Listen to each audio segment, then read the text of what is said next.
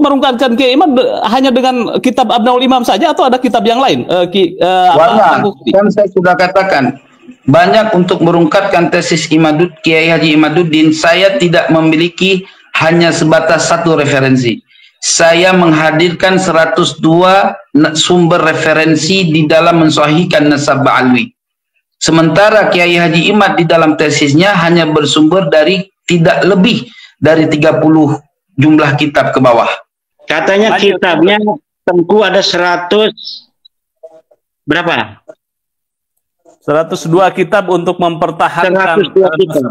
Itu Hanif Alatas itu 180 kitab. Tengku itu 102 kitab, masih kalah itu.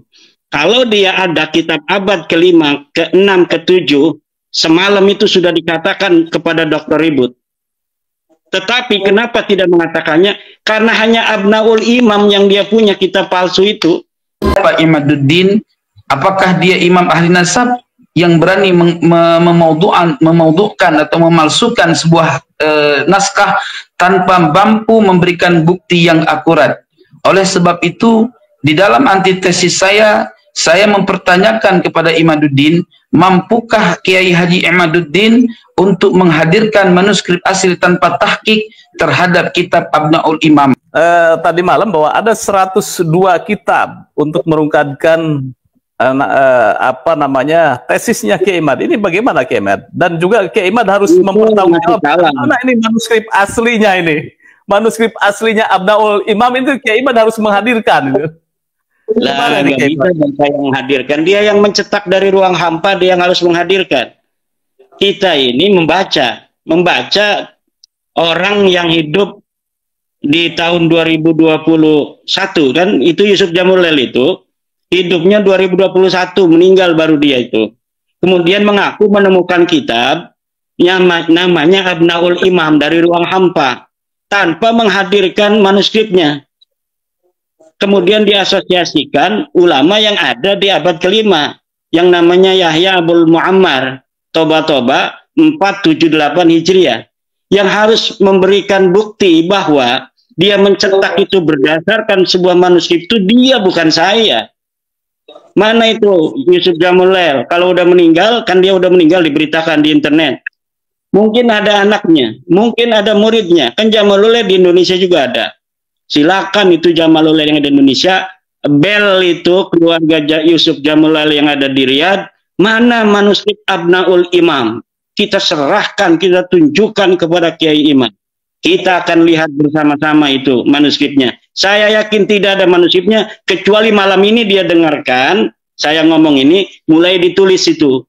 Kan ada kitabnya tuh sekarang cetakannya. Ditulis versi tulisan tangannya, kemudian dikucak-kucak pakai kopi, seperti beberapa kejadian yang telah terjadi dengan kitab-kitab yang dicetak juga oleh Balawi seperti itu. Al-Jauhar Safaf itu yang dikatakan karya Al-Khatib 850 Hijriah, itu baru ditulis manuskripnya 40 tahun yang lalu. Kemudian diasosiasikan punya Al-Khatib yang ada di 850 Hijriah meninggal. Ini juga sama.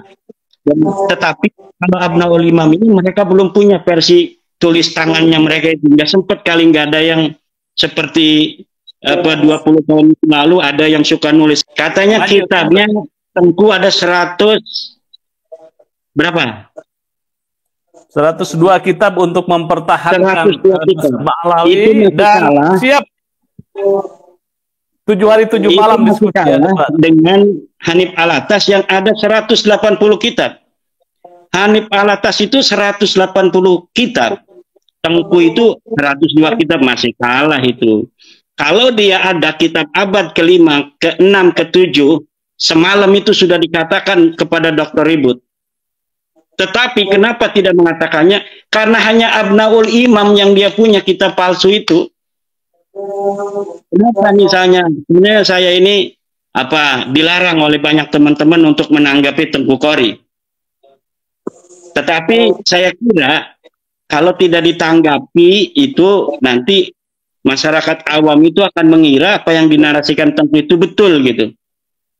Nah, sekarang ini Saya sudah mengatakannya, dan silahkan diverifikasi semua orang yang bisa baca kitab. Kemudian apa yang telah saya sampaikan tadi, dilihat kitabnya, oh ternyata betul. Apa-apa yang telah saya sampaikan bahwa satu Abnaul Imam adalah kitab palsu, bukan hanya saya yang mengatakannya, tapi juga seorang ahli nasab Al-Qaraja dalam kitabnya Al-Kafil Muntakhab, halaman 106. Kemudian bahwa Syaraf Shah ini adalah orang yang ada di abad ke-6, dalam kitab Pendapat Talib halaman 225, itu kan narasi yang paling hebat kemarin, apa namanya itu, yang disampaikan Tengku, yang dia yang sudah persiapan itu menanyakan pada Dr. Ribut. Dr. Ribut tidak persiapan tentang hal-hal yang seperti itu. Walaupun seorang dokter yang cerdas, Dr. Ribut, tapi kalau memang tidak pernah membaca hal itu, ya coba mana kamu? Nggak bisa. Nah, itu tidak menunjukkan bahwa Dr. Ribut itu kemarin itu kalah atau Dr. Ribut itu tidak mengerti. Tetapi memang cara berdebat itu, maka kata saya, dalam masalah apa namanya itu nasab, kita bukan mencari siapa yang menang dalam berdebat, tetapi siapa yang dalilnya kuat. Makanya saya wanti-wanti di dalam masalah nasab, karena ini ya ta'allaku bil apa namanya masail ad-diniyah, ini bukan ifhamul khasmi, kita bagaimana cara untuk apa menundukkan lawan berdebat, tetapi dapat menunjukkan mana dalilnya. Kenapa? Nanti ini akan berkonsekuensi tentang pahala dan dosa, tentang neraka dan surga. Ini jangan berani-berani kita hanya ingin bisa menang dalam sebuah forum debat, kemudian mengabaikan keilmuan itu.